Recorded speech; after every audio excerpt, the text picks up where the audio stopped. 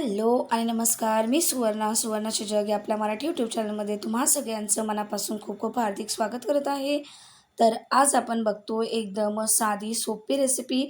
बनवायला खूप सोपी आहे, पण ही मार्केटमध्ये खूप महाग अशी मिळते.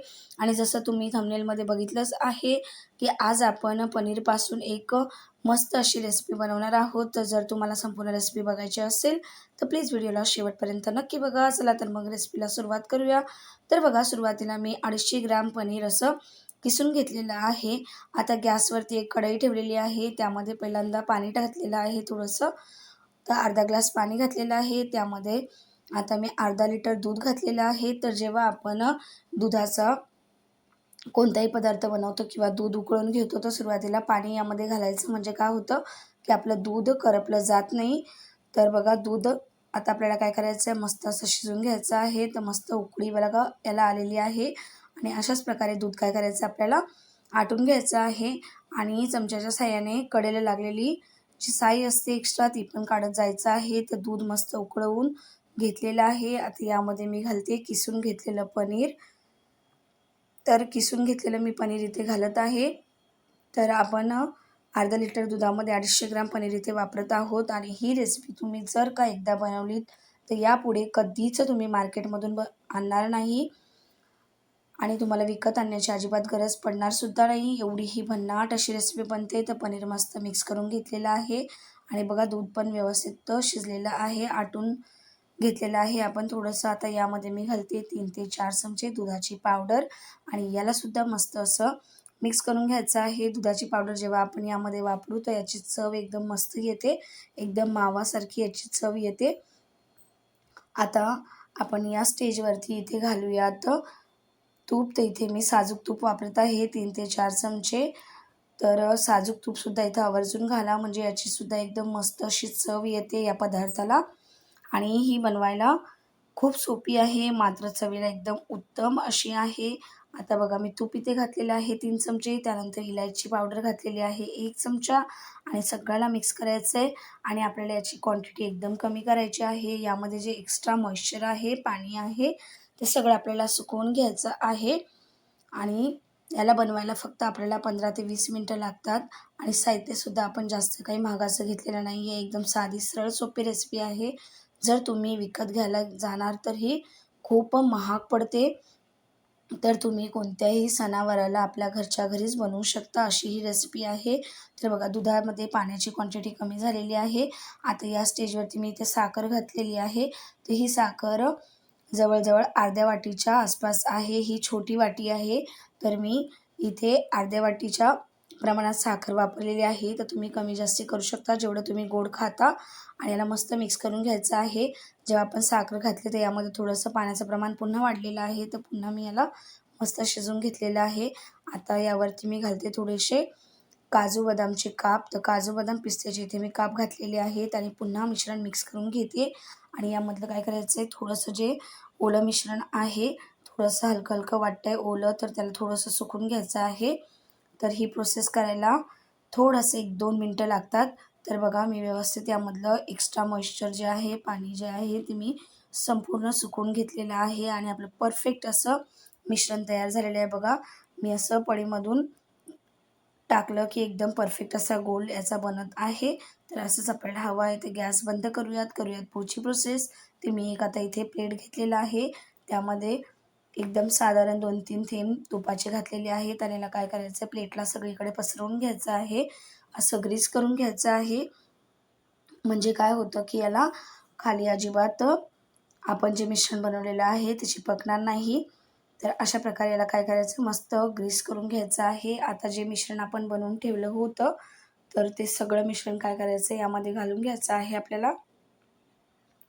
आणि या मिश्रणामध्ये तुम्ही जवळजवळ अर्धा अर्धा ते पाऊण किलो मिठाई तयार करू शकता. तर आज आपण एकदम सोप्या पद्धतीने ही मिठाई बनवणार आहोत. तर बघा, अशा प्रकारे मस्त सगळं मिश्रण घालून घ्यायचं आहे.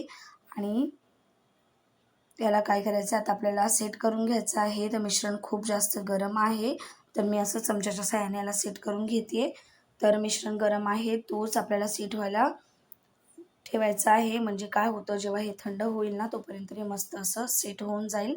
तर हे बघा अशा प्रकारे मिश्रण व्यवस्थित मी चमच्याच्या साहाय्याने सेट करून घेतलेलं आहे आणि बघा एकदम मस्त दिसायला दिसत आहे. तर आता याला सजवायचं आहे. तर यावरती मी थोडेसे ना काजू बदामचे काप घालत आहे. थोडे काजू बदाम आणि पिस्त्याचे सुद्धा काप इथे मी वापरलेले आहेत. जर तुम्हाला वाटलं तर तुम्ही इथे केसर वापरू शकता. तर त्याला असं घालायचं आहे मस्त किंवा मग ना चांदीचा पळसुद्धा वापरू शकता. तर बघा अशा प्रकारे मस्त असं याला काय करायचं आहे सजवून घ्यायचं आहे. आणि आता बघा मी वरून काजू बदामचे काप इथे घातलेले आहेत. तर चमच्याच्या साहाय्याने थोडंसं हलकं प्रेस करून घ्यायचं आहे म्हणजे आपण जेव्हा यांना कट करू तर हे अजिबात पडणार नाहीत. म्हणून असं चमच्याच्या साहाय्याने काय करायचं त्यांना थोडंसं प्रेस करून घ्यायचं आहे आणि सेट करून घ्यायचं आहे. हे बघा अशा प्रकारे आता काय करायचं आपल्याला मिश्रण हे थंड व्हायला ठेवून द्यायचं आहे. तर याला पूर्णपणे रूम टेम्परेचरवर थंड करायचं आहे. तर मी याला रूम टेम्परेचरवर ठेवून देते. तर बघा मिश्रण आपलं पूर्णपणे थंड झालेलं आहे. एकदम रूम टेम्परेचरवरती मी थंड करून घेतलेलं आहे. आता याला कापून घ्यायचं आहे. तर तुम्हाला जसे याचे लहान मोठे किंवा ज्या शेपमध्ये पीस कट करून घ्यायचे आहेत तर त्या शेपमध्ये तुम्ही इथे कट करून घेऊ शकता. तर मी छोटे डायमंडच्या शेपमध्ये यांना कट करत आहे. आणि जेव्हा तुम्ही कोणत्याही सणाला किंवा घरात जर कोणतं गेट टुगेदर असेल कोणत्याही ओकेशनला जर या प्रकारे घरच्या घरी मिठाई बनवणार तर यामध्ये आपण एकतर कोणत्याही प्रकारची भेसळ वगैरे केलेली नाही आहे. एकदम शुद्ध अशी मिठाई तयार होते. आणि जर तुम्हाला देवाला वगैरे भोग लावायचा असेल किंवा नैवेद्य ठेवायचा असेल तर त्यावेळेला सुद्धा तुम्ही अशा घरच्या घरी आपल्या हाताने ही मिठाई बनवू शकता. म्हणजे काय होतं की यामध्ये अजिबात कोणतेच केमिकलचे पदार्थ नाही आहेत. एकदम शुद्ध अशी ही मिठाई तयार होते. आणि एकदम अगदी कमी साहित्यामध्ये पनीरसुद्धा तुम्ही घरच्या घरी बनवून वापरलं तरीही चालेल. आणि बघा अशा प्रकारे मस्त असे याचे काप बघा किती मस्त सुरेख असे होतात. अजिबात हे तुटतसुद्धा नाही आहे. तर हे तुमचं मिश्रण जर परफेक्ट बनलं तरच तुमची अशा प्रकारे मिठाई बनणार आहे. तर मी सगळे जे टिप्स आणि ट्रिक्स तुम्हाला सांगितलेले आहेत तुम्ही फॉलो करणार तर तुम्हीसुद्धा अशी परफेक्ट मिठाई घरच्या घरी बनवू शकाल. तर बघा मी तुम्हाला ना आता एक काढून दाखवते कशाप्रकारे आपण यांना कट केलेलं आहे. तर हे बघा आणि किती मस्त सहजासहजी अशी निघत आहे. तर हे बघा उत्तम एकदम भन्नाट अशी ही मिठाई आपण अगदी घरच्या 3 ते 4 साहित्यामध्ये बनवलेली आहे. आणि ही जेवढी दिसायला मस्त दिसते ना बघा मी जवळून तुम्हाला दाखवते तर चवीला सुद्धा खूप मस्त लागते.